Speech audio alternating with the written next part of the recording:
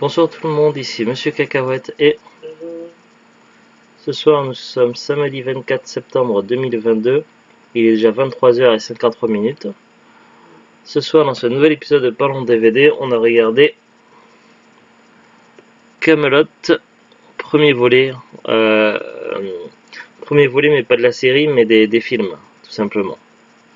Donc c'est Camelot de film, normalement je crois que c'était prévu que ce soit une trilogie. On l'avait pas vu au cinéma à l'époque, enfin, c'est pas si vieux que ça, c'est de 2021 je crois. On a pas mal entendu parler, donc on a réussi à tenir jusque là sans se faire spoiler. Moi j'avais juste vu une bande-annonce jusqu'à présent. Finalement, donc je l'avais loupé en promotion sur Amazon il y a une semaine ou deux, je sais plus. Il avait été déstocké à 5 €. Et du coup, il était plus vendu sur Amazon. J'avais essayé de regarder à Carrefour, à Cora, je le trouvais plus non plus, commençait à se faire rare. Finalement, je l'avais commandé sur le site de la Fnac. Et on l'a reçu quand ce matin. Du coup, au niveau de la chronologie, ça se regarde après la dernière saison. La saison où ça se passe en grande partie à Rome. Dans la jeunesse d'Arthur. Le tyrannique Lancelot du Lac et ses mercenaires saxons font régner la terreur sur le royaume de l'ogre. Les dieux insultés par cette cruelle dictature provoquent le retour d'Arthur Pendragon et l'avènement de la résistance. C'est pas tout à fait comme ça que ça se passe. Arthur parviendra-t-il à fédérer les clans rebelles, renverser son rival, reprendre Camelot et restaurer la paix sur l'île de Bretagne? À la fois prologue et suite de la série culte, comédie et épopée, Camelot premier volet marque le retour attendu de l'inclassable saga arthurienne créée par Alexandre Astier. Avec ce début de trilogie cinématographique, il offre une dimension nouvelle à ses personnages interprétés par un casting impressionnant. Mais c'est quand même gagné le meilleur rôle. Bah oui. Alors je suis pas tout à fait d'accord avec le synopsis qui est au dos. Alors, on va déjà regarder le DVD lui-même. Déjà, donc ça se présente comme ceci. Donc c'est un genre de fourreau. Le fourreau est assez joli. Après, on a le DVD comme ceci et comme cela.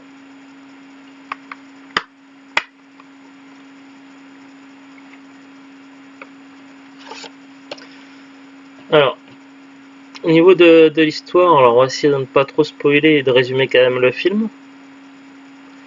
Alors, dans la dernière saison, alors ça fait un moment que je ne l'ai pas vu, mais de ce que je me souviens, c'est que finalement,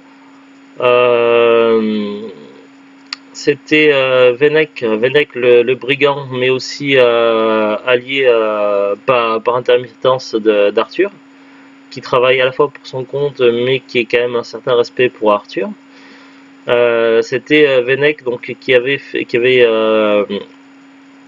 aidé Arthur à fuir l'île de Bretagne, puisque finalement il avait cédé le royaume à Lancelot qui pensait être plus digne et qui pensait faire mieux. Sauf que finalement Lancelot est devenu un tyran et donc du coup Vennec a aidé Arthur à fuir et Arthur était parti se ressourcer à Rome. Entre temps, donc beaucoup de temps ont passé. On voit également dans la fin de la dernière saison que Bohort fait partie de la résistance. Ce qui est assez un petit peu ironique connaissant le courage légendaire de Bohort. Finalement, donc beaucoup d'années ont passé. Dans le début du film, on ne sait pas trop ce qu'est devenu Arthur, mais on le reverra assez vite. Des gens sont aux trousses d'Arthur, et parmi les nouveaux personnages, il va y avoir un mercenaire, ou je ne sais plus comment on peut l'appeler, qui est joué par Clovis Cornillac. Et c'est un vendeur d'esclaves. Oui, vendeur d'esclaves, oui. Mais il travaille aussi au plus offrant, quoi. Bah, à partir du moment où le duc d'Aquitaine lui offrait plus d'argent, il était après. C'est pas lui, Clovis Cornillac. Ah non, c'était un autre, ah oui. Non, mais il y a quand même, voilà. Non, c'était un vendeur. Donc bref, donc on va voir, il va y avoir un gars qui, qui en a appris Arthur parce qu'il y a une prime. Et puis il va y avoir un vendeur d'esclaves qui est joué par Clovis Cornillac. Donc c'est la première fois qu'on le voit jouer dans, dans Camelot. Bref, donc je sais plus ce que je voulais dire. Tu vas, Zou? Bah, j'ai essayé de résumer un peu le truc, mais... Mais au début, oui, t'as un chasseur une espèce de chasseur de primes Ouais. qui accoste un bateau et la recherche d'Arthur. Ouais. Et après, donc, les méchants, ils ont un. Ils sont. Je sais plus, moi. Après, on a... Les Saxons On, sont à la solde. ouais, les... Lancelot ainsi que le gouvernement... Lancelot a quand même un petit groupe de ministres, et parmi son groupe de ministres, il y a les traîtres habituels. Ouais. Donc, à la fois donc le père de son neveu, mais aussi les autres traîtres habituels. Mais il y a également les Saxons qui ont formé alliance avec Lancelot. En fait, les Saxons, ils sont plutôt là pour Mais sont quand même plus là à leur compte. Ouais, Et les d'accord. Saxons qui étaient avant des barbares qui allaient à droite et à gauche se sont sédentarisés, et donc du coup ils se sont habitués à leur petit confort. Et donc du coup eux ils sont prêts à faire pacte avec n'importe quel gouvernement du moment Donc, ça n'a pas que... compte. Donc bref, donc les Saxons quand même qui sont un petit peu plus ou moins pacifiés, qui sont habitués à être sédentarisés. On a également donc le fameux duc d'Aquitaine qui est joué par Alain Chabat, qui du coup qui va intervenir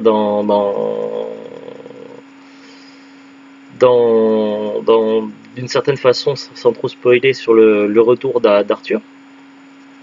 Et puis on va retrouver également donc des personnages connus à droite et à gauche. Le clan des semi-croustillants qui sont devenus un peu comme des tops et qui ont organisé leur résistance mais en souterrain, toujours avec Merlin. Les semi-croustillants, c'est avec évidemment Perceval et Caradoc, ainsi que Cadoc. Également les filles de Caradoc qui ont beaucoup grandi et qui sont des rebelles actives. Il a que des filles. Ouais, je crois. De notre côté, on a du côté de Gon, on a Bohort ainsi que ses proches qui ont formé un genre de table ronde à l'extérieur et et qui essaient d'organiser des résistances, mais qui sont pas non plus très organisées. On a également comment on les appelle déjà, les Burgondes. Les Burgondes qui sont toujours aussi cons, mais qui essaient d'attaquer le château de Camelot en vain, vu qu'ils sont pas organisés et qu'ils font un peu n'importe quoi. Toujours Arthur. Ouais. Même si Arthur n'est plus là. Et puis on a également donc Léo Dagan ainsi que son clan qui sont isolés, qui sont remis un petit peu à l'agriculture et qui sont avec Carlo Grenand, le roi d'Écosse. Ensemble, ils essaient de réfléchir un petit peu à la suite, sauf que bon, ils sont pas très... ouais. Le beau-père d'Arthur, il y a l'autre aussi, le magicien qui est avec eux. Oui, le mâle rival de Merlin qui était avec Léo Dagan. Ouais. Là, l'autre magicien. Et finalement, tout un tas d'événements vont faire que ces petits groupes vont se retrouver. Qu'il va y avoir des retrouvailles forcément, et puis Arthur qui lui n'était pas forcément trop motivé pour se mêler de la politique locale, va finir par reprendre d'affection pour ses anciens camarades, et finalement il va aider ses anciens camarades pour reprendre le combat contre les forces Lancelot et contre les Saxons. En parallèle, on a Léodagan qui va du coup former une alliance avec les Burgondes et qui va contribuer largement à organiser correctement les forces burgondes, plus l'alliance avec le clan des semi-croustillants, avec leur galerie. Tous ensemble, ils vont porter l'attaque contre les forces de Lancelot. Lancelot, lui, qui a pris un petit coup de vieux, qui est de moins en moins sympathique, qui est de plus en plus lâche, et qui a même une armure assez, je sais pas, une armure qui tient plus du baron Harkonnen de Dune qu'autre chose, avec que ça va jusqu'au cou comme ça pour protéger, comme s'il avait peur qu'on l'attaque de tous les côtés, on sait même pas comment il fait pour marcher dans cette armure là, et bon. Il va y avoir également, Il y a Dame évanouie aussi. oui, on va retrouver Dame évanouie du côté des méchants forcément. Du côté des neutres, mais qui sont plutôt du camp des bons, on va croiser la Dame du Lac. Il va y avoir également le retour d'Excalibur. L'Excalibur qui va devenir, qui va évoluer, comme on le voit sur la fiche, avec la foudre. Puis voilà, donc j'essaie de ne pas trop spoiler, mais c'est pas évident. Donc du coup, c'est un petit peu tout ça. Alors, il n'y a pas de vraie fin évidemment, puisque c'est le premier volet d'une trilogie.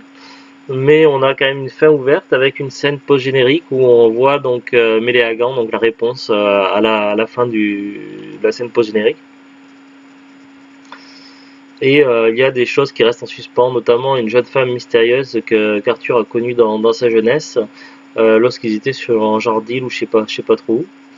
Et on n'en sait pas plus sur cette femme mystérieuse qui aurait une cicatrice à l'épaule, et donc on en saura certainement plus dans le second film. Donc un film assez sympa. Il y a un petit peu d'humour, mais pas trop, donc ça reste bien dosé. Le film reste quand même relativement sérieux. Après, je l'ai trouvé très rafraîchissant. Ça fait grand plaisir de se retrouver plongé à nouveau dans l'univers de Camelot. En plus, c'est vrai que la plupart des scènes avant dans la série c'était en huis clos, puisque il n'y avait pas trop de scènes extérieures, puisque c'était une petite série à l'origine, au début quand ça a commencé du moins. Et là, on a quand même beaucoup de scènes d'extérieur, on a de beaux paysages. On a, du coup, on voit le château dans l'ensemble, à un moment donné, on le voit à l'extérieur, l'entourage et tout. On retrouve également les paysans, donc les célèbres paysans de Camelot. On retrouve la plupart des personnages connus. Le seul qu'on n'a pas du tout vu dedans, c'est Yvain. Après, je crois que Zub me disait que son emploi du temps il n'avait pas trop d'emploi du temps au moment où le film a été tourné, donc il n'avait pas pu participer, c'est pour ça. Donc voilà, donc j'ai trouvé rafraîchissant de se replonger dans l'univers de Camelot, vraiment très sympa, je ne me suis pas ennuyé d'une seconde à l'autre, vraiment j'ai adoré le film. Donc voilà, c'est juste du bonheur de se replonger dans l'univers de Camelot, et très content d'avoir enfin une suite. Après, du coup, le seul défaut du film pour moi, c'est qu'il va falloir attendre quelques années avant de voir la suite, avant que les films 2 et 3 sortent, à moins que le 2 sorte bientôt, je sais pas, je me suis pas renseigné. Après, il y a eu un petit défaut au niveau technique, mais c'est au niveau du DVD en lui-même. Alors, je sais pas trop à quoi c'est dû, mais je sais pas si c'est un saut double couche ou s'il y a quelque chose qui a merdé, mais à un moment donné, la transition entre deux scènes s'est fait bizarrement. Et là, après avoir sorti le DVD de la Xbox 360, j'ai vu qu'il y avait quelques petites rayures sur le disque. Alors, je sais pas si c'était des rayures. Pourtant, le DVD, on l'avait acheté neuf, donc commandé sur le site de la Fnac. Mais je sais pas si c'était des fois, il peut arriver que même des DVD neufs qui aient des défauts en usine ou quoi. Est-ce que c'était déjà le cas, ou est-ce que c'est le lecteur DVD de la Xbox 360 qui a fait les rayures? Je ne sais pas trop. Et est-ce que c'est ça qui fait qu'il y a une transition bizarre entre deux scènes? Je sais pas. C'est le seul truc qui m'a gêné un petit peu, et je trouve ça un petit peu dommage, surtout quand on achète quelque chose de neuf et que c'est quelque chose de collection. Pour moi, c'est culte, Camelot, donc voilà, ça fait partie de mes séries préférées, et ça me fait un peu chier d'avoir du coup des rayures dessus. Pas grand chose de plus à en dire, donc j'essaie de ne pas trop spoiler, mais vraiment très très très très cool. C'est Camelot quoi. Je le conseille à tous les fans de Camelot, il faut vraiment voir le film. Est-ce que tu as des petites anecdotes, des petites choses intéressantes à dire? Après, il y a toujours des petites phrases, des petites choses marrantes dans le film, tout ça, et c'est surtout du bonheur de voir à nouveau le film Camelot, et je pense que je pourrais le revoir plusieurs fois sans problème. Voilà l'ensemble de la fiche Wikipédia. Alors si j'étais pas très en forme ces temps-ci, c'est tout à fait normal. Pour information, on a fait le test Covid ce matin avec Zou, donc on a le Covid, c'est pour ça que je suis malade depuis quelques temps. Mais ça ira mieux dans quelques temps. On dit là, Covid. Oui, ça expliquait pourquoi j'avais également des maux de tête, des vertiges, etc. Alors, Camelot premier volet est un film français écrit et réalisé par Alexandre Astier, sorti en 2021.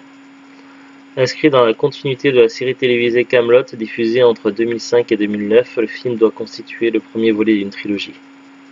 Alors que la série s'achevait sur l'exil de l'ancien roi Arthur, le film narre son retour 10 ans après dans son royaume de l'ogre, désormais dirigé d'une main de fer par son ennemi Lancelot du Lac. Alexandre Astier envisage la conclusion de l'histoire de sa série à une trilogie cinématographique dès la diffusion dans les années 2000. Les annonces du premier film se succèdent au cours de la décennie suivante, jusqu'à l'aboutissement du projet en 2019. Ouais, on peut dire qu'il va en a chier pour récupérer. Oui, il y a eu des problèmes au niveau des droits avec la société Calt, je crois. Il y a eu pas mal d'histoires là-dessus. Ouais. Alors, comme pour la série, Astier écrit le scénario, réalise, interprète, produit et met en musique son film, ajoutant en l'attente la pandémie de Covid-19 repousse à nouveau la sortie en salle à plusieurs reprises. Finalement sorti en juillet 2021, 12 ans après la fin de la série, Camelot premier volet est un succès commercial avec plus de 2,5 millions d'entrées en France. Pour un mec qui l'a vu 200 fois. Dans une période pourtant difficile pour les salles de cinéma, devenant pour plusieurs mois le meilleur box-office depuis le début de la pandémie, il s'agit du 5e succès de l'année 2021 en France et du premier film français de l'année. Le film connaît également une sortie dans l'espace à bord de la Station spatiale internationale commandée par Thomas Pesquet. Un spectateur français bat un record du monde en allant voir le film 204 fois en 2 mois, soit le deuxième plus grand nombre de séances pour un même film. Et moi Genre comédie, aventure, heroic fantasy. À la fin du livre 6 de Camelot, le roi Arthur, désabusé et affaibli, renonce au trône. 6 ? Non, c'est le 6 avec Rome. Ils nous disent donc, continuité avec la série, à la fin du livre 6 de Camelot, le roi Arthur, désabusé et affaibli, renonce au trône, rend Excalibur au rocher et confie le pouvoir à son ancien compagnon et rival Lancelot du Lac. Sous l'influence de l'étrange Mélérigant, Lancelot incendie la table ronde et se met à traquer les anciens chevaliers et autres alliés d'Arthur. Avec l'aide du bandit Vennec, Arthur s'exile secrètement jusqu'à son ancienne patrie Rome pour échapper à la folie de Lancelot et recouvrer la santé. 10 ans plus tard, le royaume de l'ogre souffre toujours sous le joug de Lancelot, qui fait régner la terreur avec l'appui de mercenaires saxons. La résistance tente de s'organiser, tandis qu'Arthur Pendragon, que beaucoup croient mort, fait son retour. Après, résumé détaillé, donc ça je vais pas lire, ça va tout spoiler. Budget 15 millions d'euros. Durée 120 minutes. Genre comédie aventure historique. Bon, allez, on va voir le casting. Ou le casting et il y a du monde là. Ah, mais on n'a pas vu sa belle-mère. Ouais, effectivement. Il a fait jouer son père, sa mère, ses 2 fils, mais sa belle-mère non, et son frère non plus. Alors, casting, Alexandre Astier, qui joue Arthur Pendragon, roi de Bretagne, Thomas Cousseau qui joue Lancelot du Lac, Anne Giroir qui joue Guenièvre, reine de Bretagne, Lionel Astier qui joue Léodagan de Carmélide, roi de Carmélide, Joël Sevilla qui joue Dame Célie. Dame Célie, c'est... La femme de Caradoc. Ah oui, voilà. Jean-Christophe Imbert qui joue Caradoc de Vannes, Franck Pitiot qui joue Perceval de Galles, Caroline Ferrus qui joue Dame Mévanoui. Non, Dame Mévanoui c'est la femme de Caradoc. Mais l'autre c'était qui? Dame Célie c'est la Ah bah c'est sa mère. C'est la femme de Léo Dagan? Bah oui, c'est sa mère. Oui. C'est ça, tu m'as perturbé quand tu m'as dit ça. Oui, ça m'a perturbé aussi, tiens. Jacques Chambon qui joue Merlin. Sting, ah oui, il y a le chanteur Sting qui joue Orsa. Oui, c'est le saxon. Il joue un des Saxons. Bah, le chef des Saxons. Oui, oui. Christian Clavier qui joue le Jericho Consulte et qui fait partie du gouvernement de Lancelot. Ouais, mais c'est parce que c'est le. Oui, mais il a toujours été un petit peu dans les salopards. Oui, c'est parce qu'il est. Dans Camelot. Antoine de Caunes qui joue Dagonet. Ouais, lui, il suit toujours. Ouais. Et toujours dans le groupe des salopards aussi. Oui, mais c'est parce qu'il suit toujours. Oui, oui. Je vais pas dire non à l'autre. François Rollin qui joue Lot d'Orcanie, roi d'Orcanie, je l'aime bien lui. Et il fait partie des salopards aussi. Ouais, oui. Clovis Cornillac qui joue Quarto. Guillaume Gallienne qui joue Alzagar. Alain Chabat qui joue le duc d'Aquitaine. Géraldine Nakache qui joue la duchesse d'Aquitaine. Nicolas Gabion qui joue Bohort de Gon. Salwa Al-Arjri qui joue Furaja. Guillaume Briat qui joue le roi Burgonde. Jean-Robert Lombard qui joue Père Blaise. Père Blaise était resté dans le gouvernement des méchants, mais après, oui, il prend pas parti, il est neutre, je crois. Il est neutre, il est l'archiviste. Ouais. Audrey Fleurot qui joue Dame du Lac. Jenny Bett qui joue Wolfstan. Brice Fournier qui joue Cadoc de Vannes. Alain Chapuis qui joue le tavernier. Serge Papagali qui joue Getnock. Gilles Gravelot qui joue Repars. François Morel qui joue Belt. Loïc Varro qui joue Venec. Stéphane Margot qui joue Carlo Grenand, roi de Calédonie. Tony Sabat qui joue Hervé Drinel. Hervé Drinel, c'est celui qui confond tout le monde et qui, à un moment donné, on le retrouve. Ouais. Oui, je l'aime bien. Aurélien Porteau qui joue Gauvin. Étienne Fag qui joue Lionel de Gonne. Bruno Fontaine qui joue Elias de Kiliwick. Ouais, c'est lui là, le mage rival de Merlin. Alexis Hénon qui joue Galcin, duc d'Orcanie. Alban Lenoir qui joue Fergus. Carlo Brandt qui joue Méléagan. Pascal Vincent qui joue Urgan. Valérie Keruzoré qui joue Nessa. Neil Astier qui joue Arthur Jeune. Ariane Astier qui joue Mében, fille de Caradoc de Mévanoui. Jeanne Astier qui joue Mégane, fille de Caradoc et Mévanoui. Ethan Astier qui joue Lucan, chevalier sèche. Ça fait, c'est vrai que des fois ils ont des noms de chevaliers qui se choisissent. Oui, mais c'est des, tu sais quand. Ouais, mais ça fait référence un petit peu à Ivan Gauvin qui a choisi des noms débiles. Ouais. Hugo Allais qui joue Girflet. Stéphane Lhuillier qui joue Bédévert. Paul Valli qui joue Rostand de Provence. James Astier qui joue Trevor. Luna Caris qui joue F. Fred. Lucas Garcia qui joue Petroc, fils de Repars. Hugo Lemans qui joue Lagu.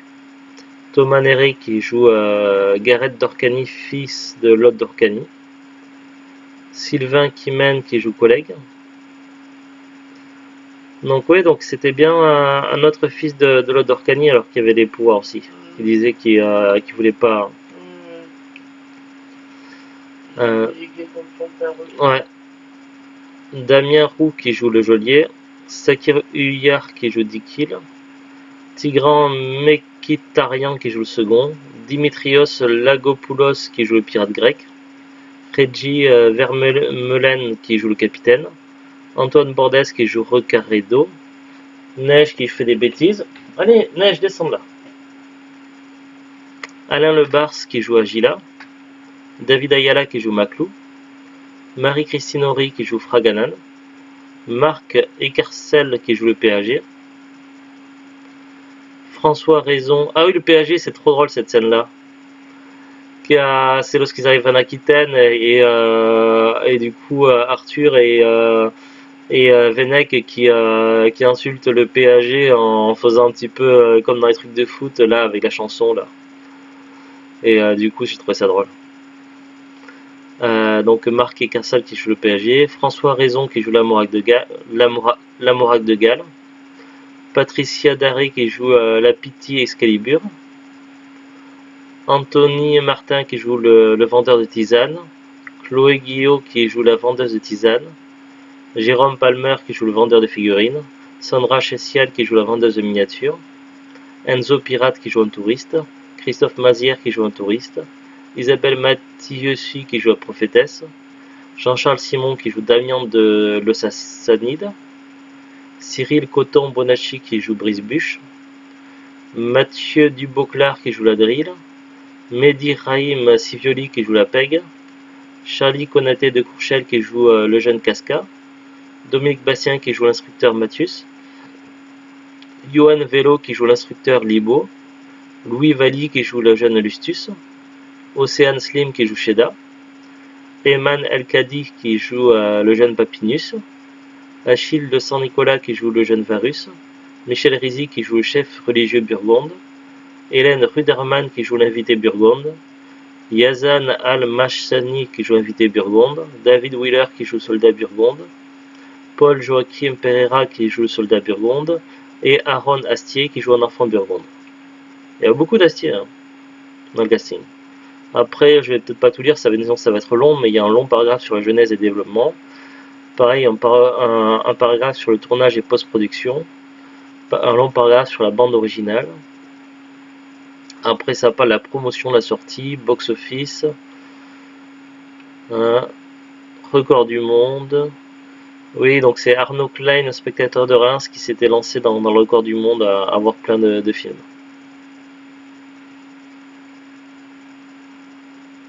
Il bat le record d'un spectateur américain, Ramiro Alanis, qui avait vu Avenger Endgame 191 fois, et d'un autre qui avait vu Avenger Infinity War 103 fois.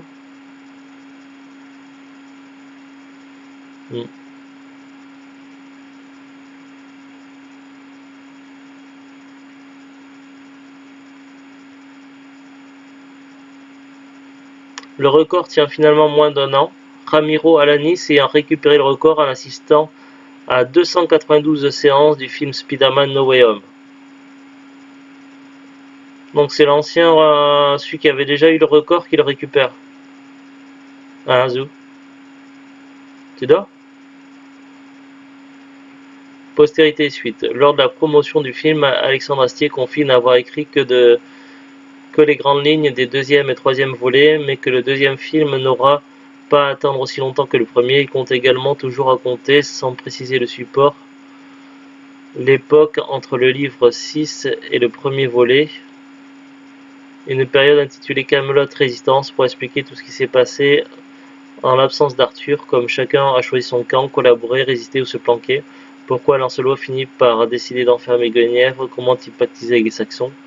En mars 2022, Alexandre Astier évoque le tournage au printemps 2023 pour le deuxième volet, qui serait séparé en deux parties de 2 heures chacune, aux sorties distantes de quelques mois.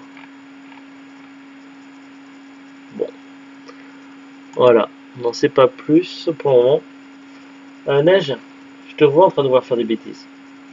Alors le DVD, donc je l'avais payé dans les 9,99 sur le site de la Fnac. Là sur Amazon, donc ils ont un nouveau en stock. Et là je vois expédié vendu par Amazon à 9,99. Sachant que le film est assez récent, la sortie en DVD n'est pas non plus très vieille, mais on commence déjà à avoir des difficultés à le trouver sur certains sites, et dans les hypermarchés par chez nous il n'est plus du tout vendu. D'ailleurs il y a même des films de 2022 qui sont bradés à pas cher dans les promotions. J'ai acheté le dernier film Scream qui date de 2022 il n'y a pas longtemps en promotion à Cora pour pas grand chose. Pour vous dire que les DVD sont en train de, je ne sais pas si c'est à cause des plateformes de streaming, mais c'est en train d'être complètement bradé par les hypermarchés. Donc je ne sais pas encore combien de temps ça pourra être trouvé, tout ce qui est DVD de Camelot. Donc voilà, en tout cas au niveau des prix, en moyenne ça tourne aux alentours des 9 €. Et je sais pas où est parti Neige. Voilà, pas grand chose de plus à en dire. On vous dit à très bientôt, un bon week-end et au revoir. Au revoir.